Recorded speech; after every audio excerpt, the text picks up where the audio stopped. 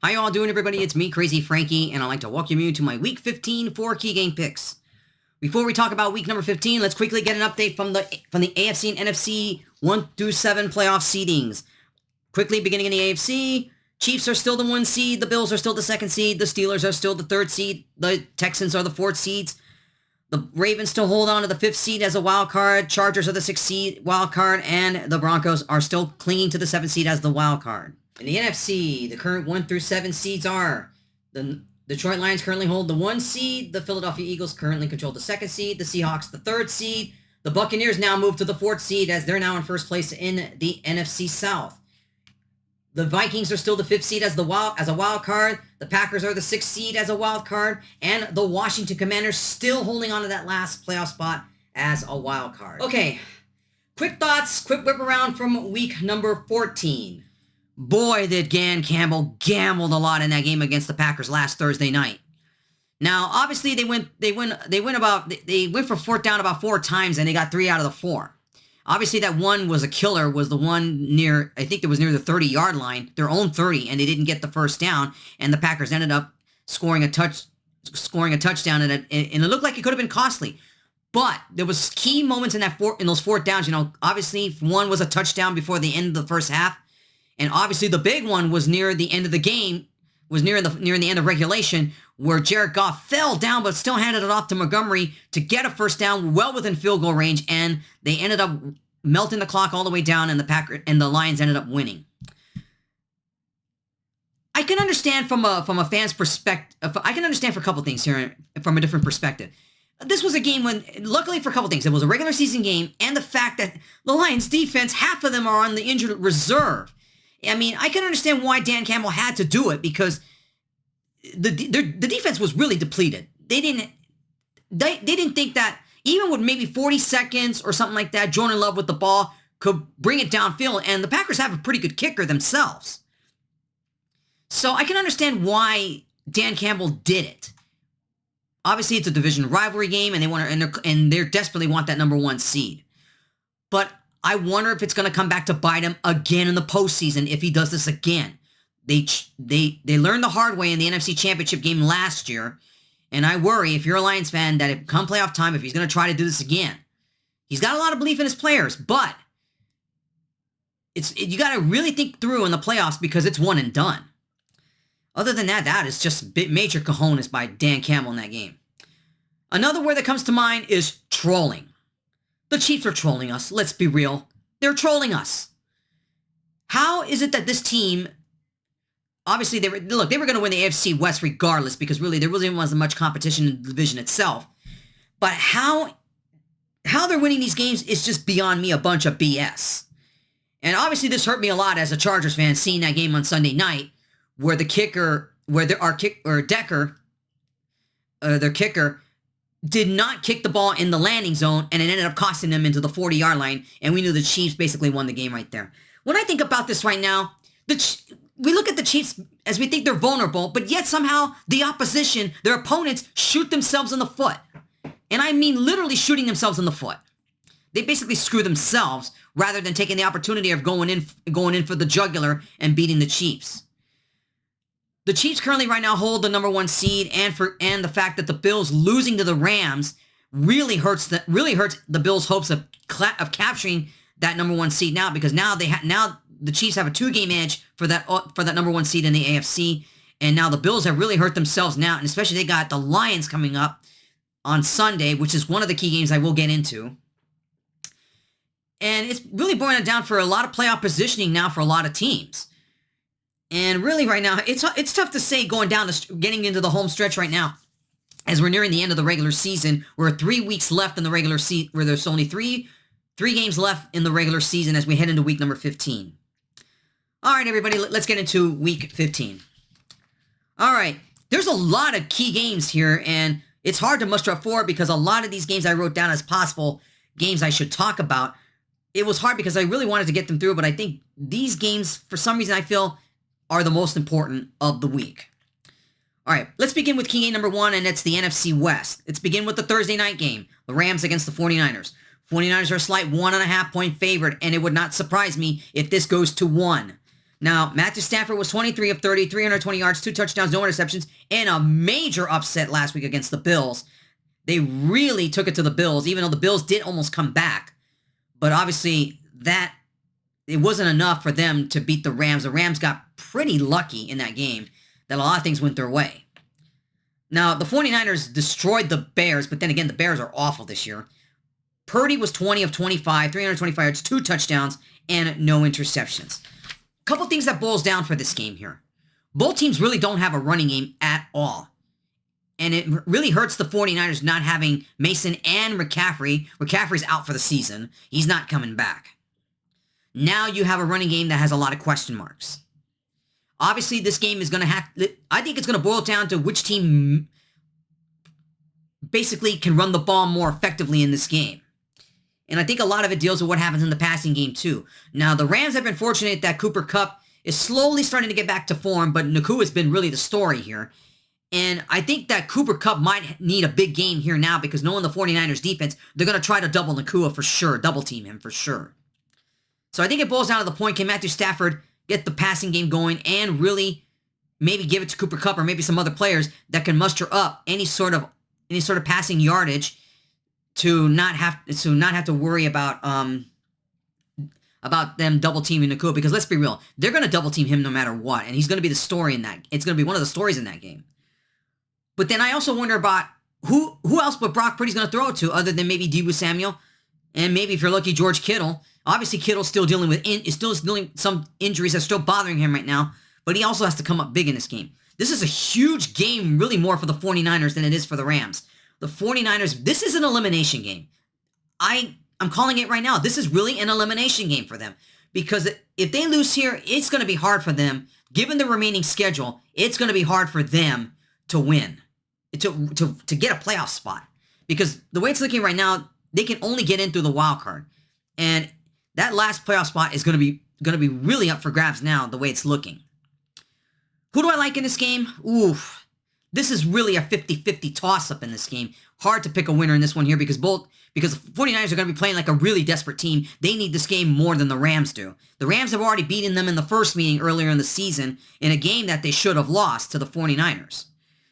But the way the 49ers offense has been clicking, that is trouble. That's trouble for the 49er defense.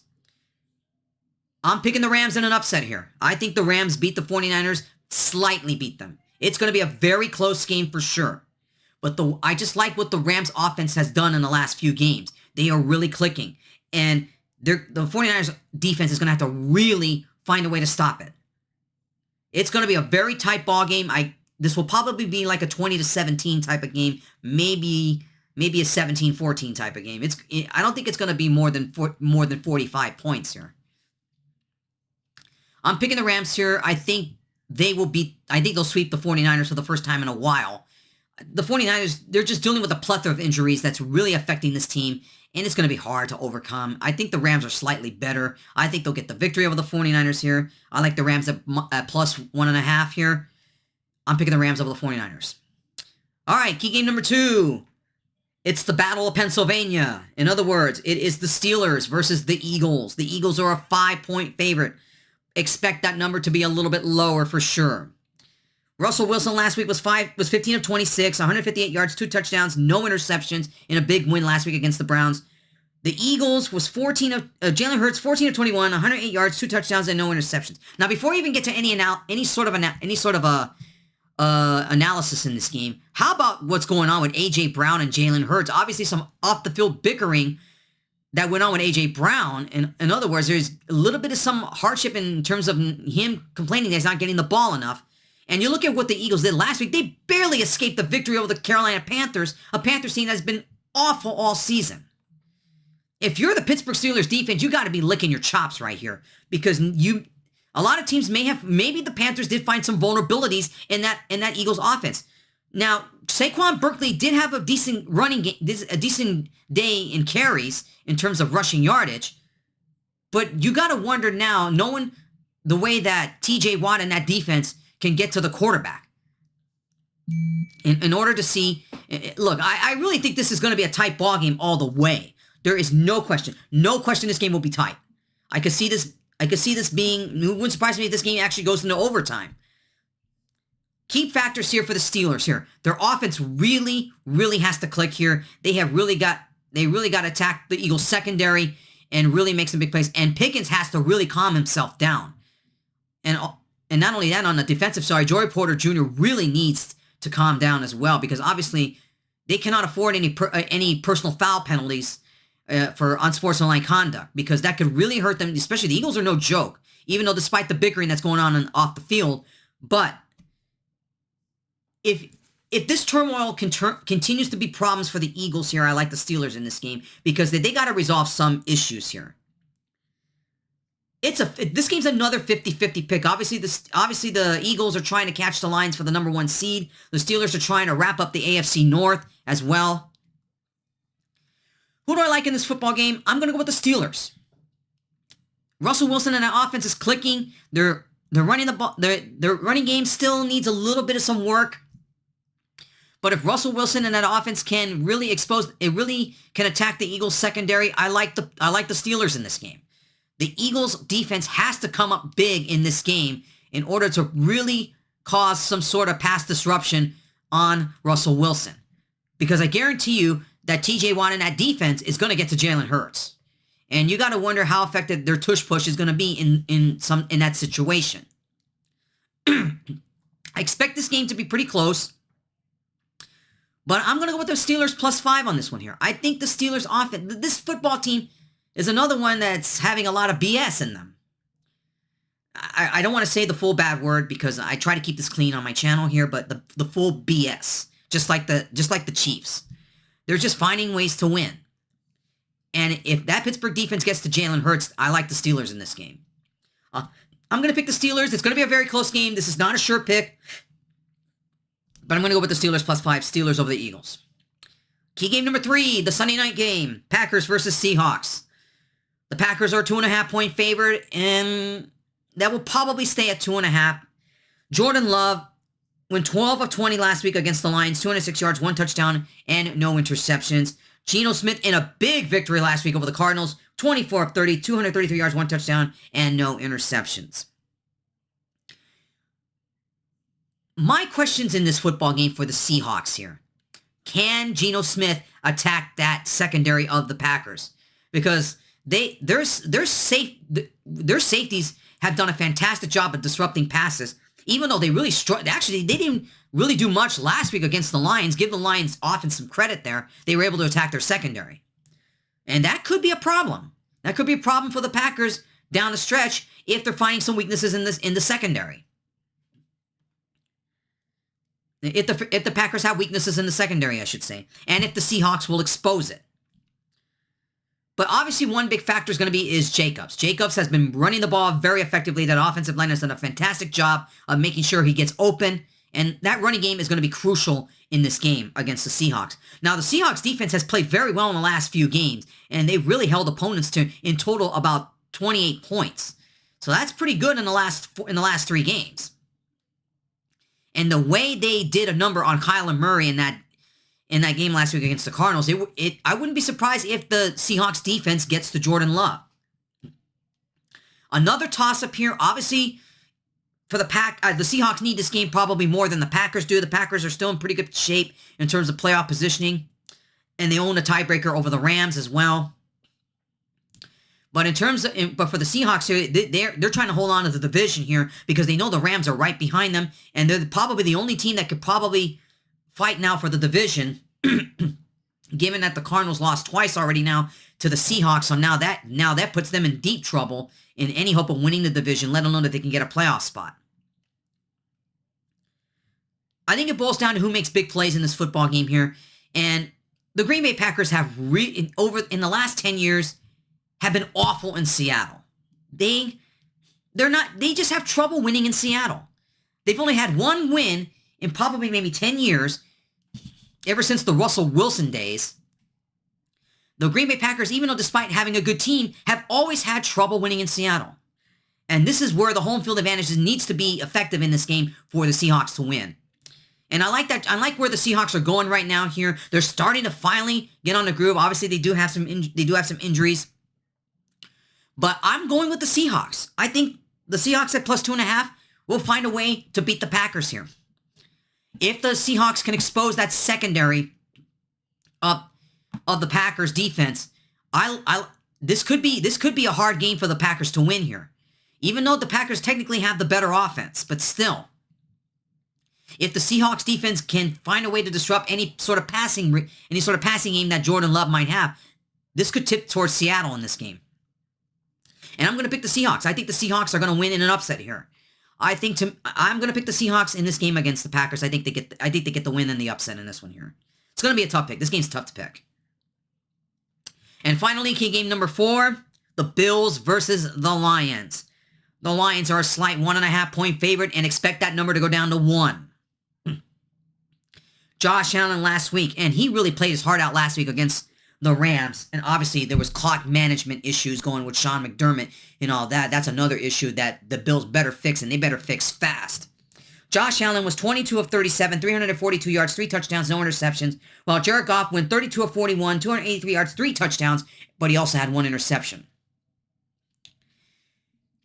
Couple players from the Lions defense might make the return in this football game, and obviously it can't come soon enough because as they're heading down the stretch,